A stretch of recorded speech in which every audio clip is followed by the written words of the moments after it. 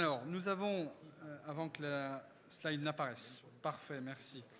Effectivement, la nécessité de procéder à une modification de notre schéma régional en raison d'un certain nombre de modifications législatives. D'une part, la loi Climat et Résilience d'août 2021 qui impose effectivement une modification de notre SRADET qui était, lui, adopté en juin 2020, je vous le rappelle.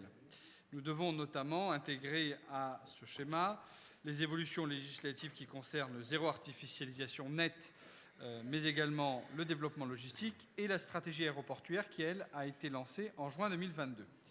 Ensuite, nous avons également la loi du 20 juillet 2023 qui vise à faciliter la mise en œuvre des objectifs de la lutte contre l'artificialisation des sols, qui est venue allonger de 9 mois le délai d'approbation des SRADET en ajoutant de nouveaux éléments à intégrer, notamment la mise en place de la conférence régionale de gouvernance de la politique de réduction de l'artificialisation des sols, la mise en place d'une enveloppe nationale pour les projets d'intérêt nationaux et européens, la garantie universelle garantissant aux communes, notamment rurales, de pouvoir disposer d'un droit au projet à hauteur d'1 hectare. Donc plusieurs dispositions qui ont nécessité des modifications, mais également la loi du 23 octobre 2023 qui a également prévu de l'intégration d'un volet développement logistique, notamment pour ce qui concerne la localisation préférentielle.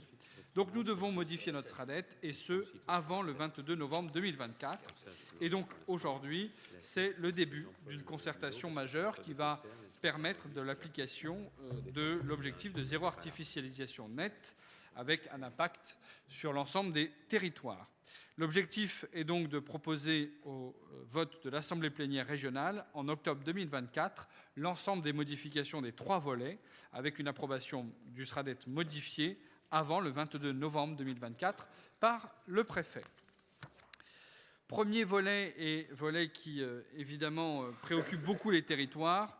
Permettez-moi, avant de commencer à égrener, j'essaierai d'être le plus bref possible, mais d'égrener les différents volets de cette modification, vous parler du premier sujet qui est le zéro artificialisation nette. Je voudrais rappeler l'état d'esprit du président et du conseil régional qui a déjà été évoqué, notamment lors de la conférence régionale de gouvernance qui était installée le 18 janvier dernier. Nous avons vocation, en tant que conseil régional, à tenter de mettre en œuvre la loi ZAN, ainsi que les contraintes qui s'imposent au territoire dans le cadre de cette application. La région ne se désistera pas, elle jouera pleinement son rôle et elle a décidé d'assumer la totalité de ses responsabilités telles que lui confère le SRADET sans les renvoyer vers l'État. En d'autres termes, nous ne laisserons pas les collectivités et les SCOT seuls face à des objectifs chiffrés et uniformes sur tout le territoire sans tenir compte des spécificités locales. Nous nous sommes mobilisés depuis 2 ans pour que la région Hauts-de-France obtienne l'inscription de ses projets les plus consommateurs de foncier dans la liste des projets d'envergure nationale et européenne. Et le projet d'arrêté ministériel listant ces projets, qui a été soumis lors de la conférence régionale, a permis de montrer que nous avions effectivement une part de l'enveloppe nationale significative et nous sommes la première région bénéficiaire de cette enveloppe. Et nous avons pu voir à quel point effectivement cette enveloppe était essentielle pour que nos territoires puissent disposer de marge de manœuvre. En outre, la région a fait le choix de proposer de réserver une enveloppe de 20% destinée aux projets d'envergure régionale, ce qui a également été validé par la conférence de gouvernance. Cette décision elle a été prise pour permettre, d'une part, de poursuivre le travail effectué depuis 2016 en faveur du développement économique et de la réindustrialisation de notre région. Et c'est extrêmement important de le dire. Et nous continuerons à œuvrer pour notre combat pour l'emploi dans les Hauts-de-France. C'est aussi en vertu de la solidarité régionale que nous avons proposé de réserver cette enveloppe. D'autres régions ne l'ont pas fait. Nous avons fait ce choix pour faire en sorte que, effectivement, nous puissions répartir l'effort et tenir compte des spécificités de chacun, notamment les plus vulnérables, en particulier pour celles et ceux qui sont concernés par les risques naturels, ce qui n'aurait pas été le cas avec un scénario identique sur l'ensemble du territoire. Et nous le comprenons bien, vous avez vu tout à l'heure notre débat sur les inondations, nous comprenons bien que cette possibilité nous offre une flexibilité absolument nécessaire. Et puis ensuite, nous avons essayé de rétablir le solde entre les territoires correspondant à un certain nombre de critères tels qu'ils ont été définis par la loi.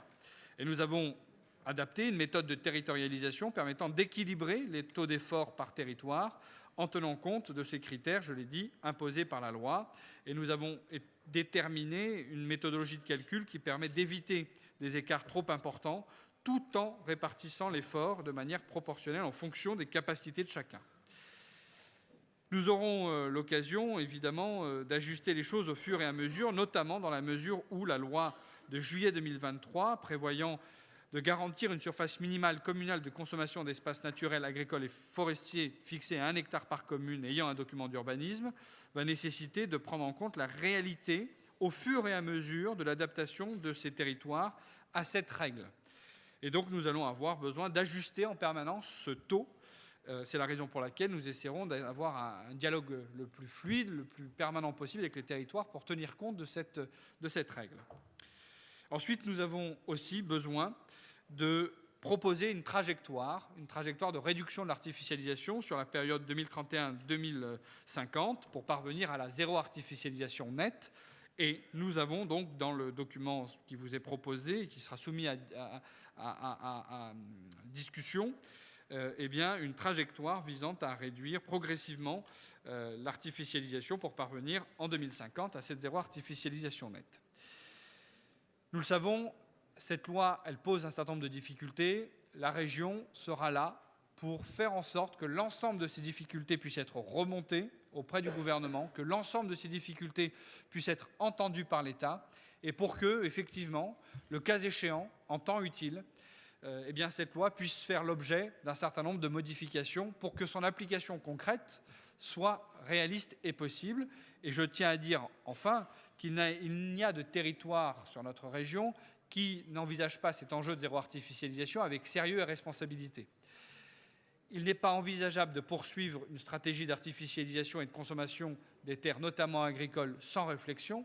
Donc ce zéro artificialisation est une nécessité, mais il faut avoir la capacité de l'adapter aux réalités du terrain. Et nous aurons donc l'occasion d'avoir une grande concertation qui permettra, je l'espère, de faire remonter les besoins, les attentes et les difficultés.